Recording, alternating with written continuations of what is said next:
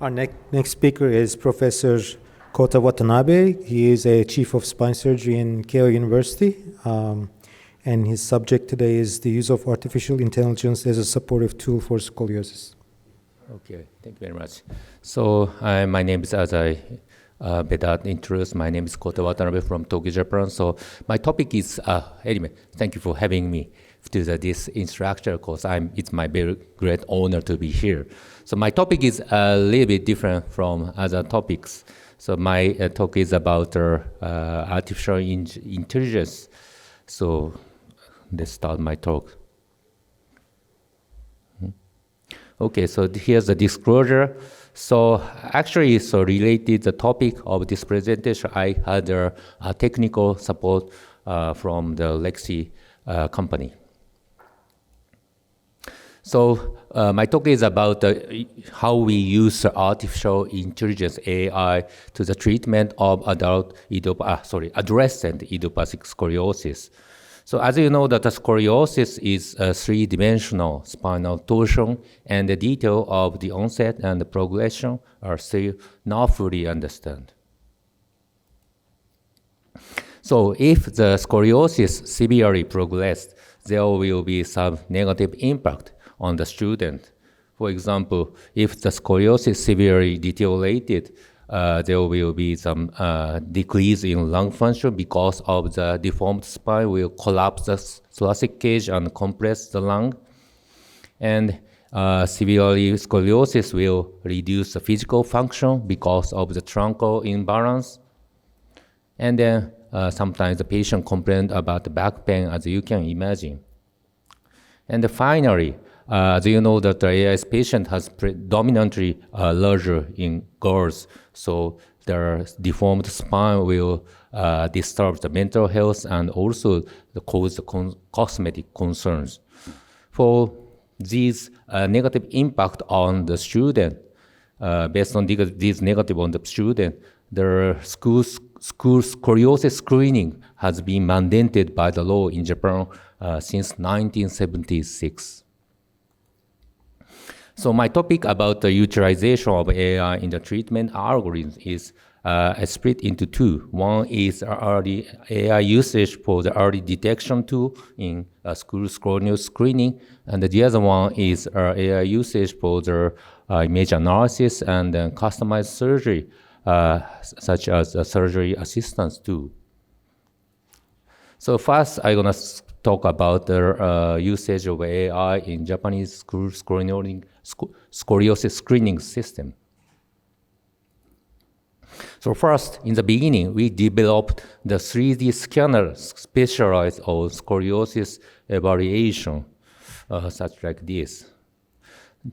This scanner can capture the 3D image in 0.5 seconds and can capture the 3D image even in the well-lit environment. Then we developed the software for predicting spinal alignment from the back shape. So we prepared 2090 set of 3D image of the back shape and also the whole spine X-ray. For the X-ray, for spine X-ray, we put the point at the four corner of the vertebral body, the footprint of the pedicle, and the position of the spinal process. So by using these training data, we did deep learning with 5 layers of deep convolutional neural networks. And then finally, we created a software which can predict the spinal alignment from the back shape. So the images at the top is marked by the surgeon, alignment marked by the surgeon, and also curve angle measured by the surgeon. And the image below, image bottom, at the bottom was alignment predicted by the AI software, and also the curve angle measured by the AI software. As you can see, the results are very similar. So here's the error in curve angle. If the curve angle is less than 10 degrees, the mean error was 3.1 degree. If the curve angle was between 10 to 20 degrees, the mean error was 3.0. And if the curve angle is more than 20, the mean error will be 2.7 degrees. So supposing in the scoliosis screening system, defining the scoliosis as Kobe angle of smaller than 15 degrees, the sensitivity will be 98% and the false positive rate will be 9%. In the conventional Moire method, the false positive rate was actually the 61%. So if you think about the result, I think that this software can be utilized as a very accurate and effective scoliosis screening tool. Okay, so as I mentioned, there are 3D scanner for the scoliosis to take a 3D image of the patient back. So it was already released as a general medical device. However, AI software has not, so we called it the Scoliosis Diagnostic Support Program, has not yet released as a medical device. I'm sure I'm always have been pushing the company to release it, but the companies has reluctant to do so because of the concern about the cost. So I'm sure now I learned a lot from this process. There are many companies out there, but they're providing the medical device in the market is very, very difficult. So next, I'm going to talk about the AI usage for the surgery assistance too. So there are various clinical challenges in the scoliosis surgery. So in the beginning, we have to evaluate the images. We have to manually measure the many spinal parameters, and we know that there will be inter-observer variability. So in the surgical planning, the surgeon needs to measure the diameter of the pedicle and the length of the pedicle and decide the size of the pedicle, length of the pedicle screw, diameter of the pedicle screw, and we have to simulate where to put the pedicle screw and also need to determine the fusion area. It may also cause variability among the surgeon, and also it will place a big workload on the surgeon. Even these processes, the actual usage of the implant which were brought into the OR was less than 10% in our university, in our department. So it means these excess unneeded material will increase the logistic and inventory management cost, and it will increase the cleaning and re-sterilization cost, and it also increase the workload for the staff. To solve these challenges, so we created automatic measurement software, and then we also create the surgical planning support software to aim to reduce the workload of the surgeon and to reduce unnecessary material in OR by improving the cost consistency in diagnosis and the surgical planning. So to create automatic measurement software, we prepare 1,021 images of a whole spine X-ray of addressed idiopathic sclerosis, including standing, supine, and bending position. For the validation, we prepared 85 images and 6 doctors with different level of experience, 2 expert, the faculty, 2 intermediate, fellows, and 2 novice resident measure these curve angles of the curve angle and compare with the result that by the AI software. So here's the algorithm of measuring of curve angle. We put the X-ray and then the thoracic and lumbar spine was detected as a range of interest, and then 4 corners of the vertebral body was detected from T1 to L5, and finally, curve angle was measured. So here's the result of inter-observer error. So ICC among the doctors was 0.956, and ICC between the doctors and the AI was 0.963, which is excellent. When I look at the expert versus AI, the ICC was 0.957 and intermediate versus 0.96. And if we look at novice versus AI, ICC will decrease to 9.30. I think it indicating this software is very accurate for the expert. So I try to measure the curve angle using this software on adult spinal deformity. I tried 53 cases on this, but the result was accuracy was not that good, not sufficient, because software failed to detect the spinal body, vertebral body, because of the deterioration, such as the spur formation or the scoliosis, or sometimes the slippage. So we decided to develop the software which can commonly use both for AIS and ASD. So again, we prepared 1,612 whole spine X-ray, including about 1,000 AIS cases and about 6,000 adult spinal deformity. And for the accuracy assessment, we prepared about 300 X-rays, including both pathology. And then for spine expert, measure the X-ray and compare with that by the AI software. So here's a result of AIS, adolescent scoliosis. As you can see, the curve angles measured between doctors and AI are very similar, and the mean error between them was about 2 to 3 degrees, and the ICC was excellent with about 0.95. So when I look at the adult spinal deformity, as you can see on the slide, the curve angle measured by the doctors and AIs was similar, with mean error of around 4 degrees, and the ICC was also excellent with around 0.95.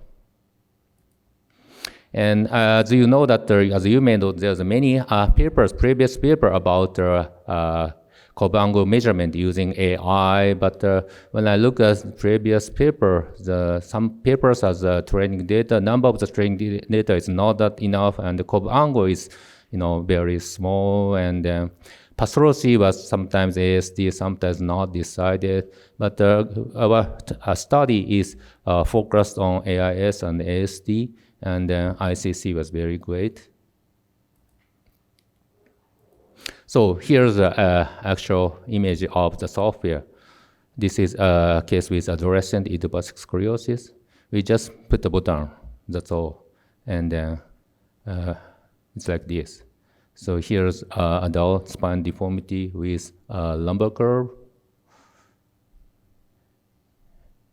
It's very easy, as you know. It's like this, and here's adult is thoracic.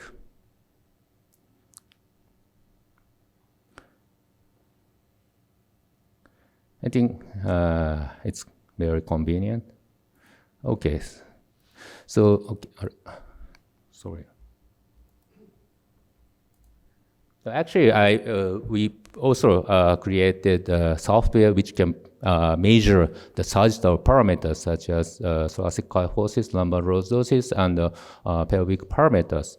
But in the mild scoliosis case, the accuracy is fair, but as you can imagine, in the severe scoliosis, the accuracy was poor. So I think we need some modification of learning or training, or we need to create some other algorithms to increase the accuracy for measuring the sagittal parameters. So here's another product, another software. It's a surgical planning software. So I prepared 54 AIS cases with 980 vertebral bodies, and who were treated by the posterior fixation surgery. And we utilize the pre-op CT images, which is horizontal cross-sectional images, which through the maximum pedicle width from T1 to L5. And actually, I made the training data with pedicle scoop optimal position, optimal diameters, and the optimal length of the pedicle scoop. And we did deep learning using a modified 3D unit. And the validation by 4 cases with 4 surgeons, spinal deformity surgeon. So algorithms was automatic segmentation by AI and three-dimensional coordination contraction, and then automatic screw sizing and automatic placement decision by AI. So here's the actual software. We just press the button, and then software already decide the screw size and the screw position. It's like this. It's maybe T12. This may be T12 or L1, or this is maybe L1, L2, L3, such like this. The accuracy was regarding the screw insertion point.